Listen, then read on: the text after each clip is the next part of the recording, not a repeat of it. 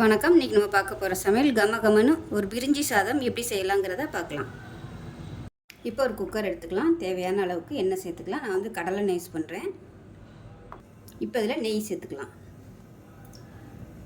ஒரு 2 டீஸ்பூன் அளவுக்கு நெய் சேர்த்துக்கலாம். இப்போ எண்ணெய் சூடானதும் ஒரு பிரியாணி இலை, பட்டை, கிராம்பு, ஏலக்காய், கொஞ்சமாக கல்பாசி இது எல்லாத்தையும் சேர்த்துக்கலாம்.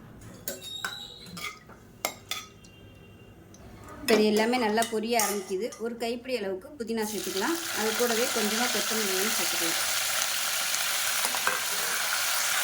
இப்போ ஒரு கைப்பிடி அளவுக்கு சின்ன வெங்காயம் சேர்த்துக்கலாம். சின்ன வெங்காயம் நல்ல ஒரு ஃப்ளேவர் கொடுக்கும்.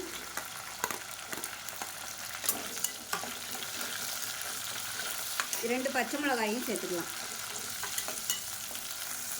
இப்போ உப்பு சேர்த்துக்கலாம்.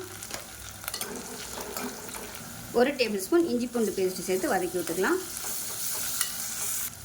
இப்போ மீடியம் சைஸாக ஒரு தக்காளி கட் பண்ணதை சேர்த்துக்கலாம். இப்போ தக்காளி நல்லா மசிஞ்சிருச்சு.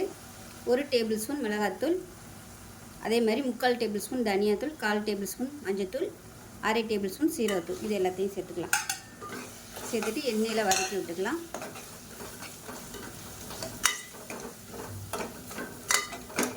நல்லா வதக்கி விட்டுட்டு இப்போ காய்கறிகள் சேர்த்துக்கலாம். நான் வந்து இந்த டம்ளரில் தான் அரிசி எடுத்திருக்கேன். அதனால் இதே டம்ளரில் எல்லா காய்கறிகளும் சேர்த்து 1 டம்ளர் எடுத்துக்கோங்க.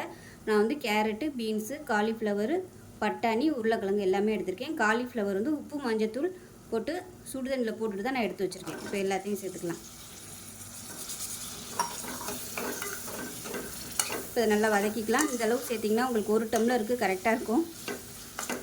அளவு தெரியாமல் நம்ம காய்கறிகள் நிறைய போட்டோம்னா சாதம் கம்மியாக இருக்கும், காய்கறிகள் வந்து அதிகமாக இருக்கும். அதனால் இந்த அளவு கரெக்டாக எப்பயுமே எடுத்திங்கன்னா சரியாக வரும். இப்போ இது கூடவே ஒரு 6 முந்திரி பருப்பு சேர்த்துக்கலாம். முதலே சேர்த்தோம்னா கருகிரும்.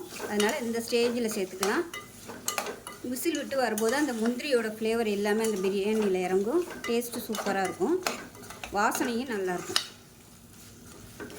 இப்போ இப்படியே இது வேகட்டும். காய்கறி கொஞ்சம் மூடி வச்சிடலாம். அந்த தக்காளியில் உள்ள ஈரப்பதத்திலே காய்கறி வேகட்டும். பார்க்கலாம். இப்போ பாருங்கள், காய்கறி ஓரளவுக்கு நல்லா வெந்திருக்கும். ஒரு அரைப்பதம் நல்லா வெந்திருக்கும். இப்போ இந்த ஸ்டேஜில் தேங்காய் பால் சேர்த்துக்கலாம். எந்த கிளாஸில் எடுத்தோமோ அதே கிளாஸில் 1 டம்ளருக்கு தேங்காய் பால், 3/4 டம்ளருக்கு பசும்பால், பாக்கெட் பால் எதுனாலும் சேர்த்துக்கலாம். இது கொதிக்கட்டும். நான் வந்து இந்த டம்ளரில் தான் 1 கிளாஸ் அளவுக்கு அரிசி எடுத்திருக்கேன். ஜீரக சம்பா அரிசி நல்லா கழுவிட்டு 1/2 மணி நேரம் நல்லா ஊற வச்சுட்டு தண்ணி வடிகட்டி வச்சுருக்கேன். இப்போ அதே கிளாஸில் 1/2 டம்ளர் அளவுக்கு நம்ம தண்ணி ஊற்றணும். இப்போ காய்கறிகள்லாம் இருக்கிறதுனால நான் கொஞ்சம் ஒரு 1/4 டம்ளர் அளவுக்கு எக்ஸ்ட்ரா வச்சுருக்கேன். 1 டம்ளருக்கு தேங்காய் பால், 3/4 டம்ளருக்கு பாக்கெட் பால் இல்லை பசும்பால் எதுனாலும் சேர்த்துக்கலாம். இப்போ இது கொதிக்கட்டும். இப்போ கொத்தமல்லியில் சேர்த்துக்கலாம். இப்போ நல்லா கொதிக்குது. ஒரு 1/2 மூடி எலுமிச்சம்பழம் ஜூஸ் மட்டும் பிழிஞ்சு விட்டுக்கலாம். பிழிஞ்சு விட்டுட்டு ஜீரக சம்பா ரைஸு தண்ணி வடிகட்டி வச்சுருக்கேன், அதை சேர்த்துக்கலாம். சேர்த்துட்டு கலந்து விட்டுக்கலாம். நல்லா கலந்து விட்டுட்டு குக்கரை மூடி வச்சிடலாம்.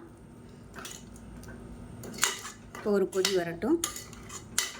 இந்த ஸ்டேஜில் உப்பு எப்படி இருக்குன்னு பார்த்துட்டு உப்பு பத்தலைன்னா சேர்த்துக்கலாம். இப்போ லாஸ்ட்டாக ஒரு தடவை நல்லா அடியில் வந்து கலந்து விட்டுட்டு குக்கரை மூடி வச்சிடலாம். 2 விசில் விட்டுட்டு ஸ்டீம் போனதுக்கப்புறம் பார்க்கலாம்.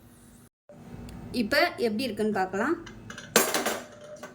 பாருங்கள், சூப்பராக நல்லா உதிரியாக வந்துருச்சு. பாருங்க, நல்லா கமகமன் வாசனையாக சூப்பராக இருக்குது. ஸோ ரைத்தாவோட வச்சு சாப்பிட்றதுக்கு அருமையாக இருக்கும். செஞ்சு பாருங்கள். செஞ்சு பார்த்துட்டு எப்படி இருந்துச்சுங்கிறத சொல்லுங்கள். வீடியோ பிடிச்சிச்சின்னா லைக் பண்ணுங்கள், கமெண்ட் பண்ணுங்கள், சேனலை சப்ஸ்கிரைப் பண்ணுங்கள், பக்கத்தில் பெல் பட்டனையும் ப்ரெஸ் பண்ணுங்கள். நன்றி.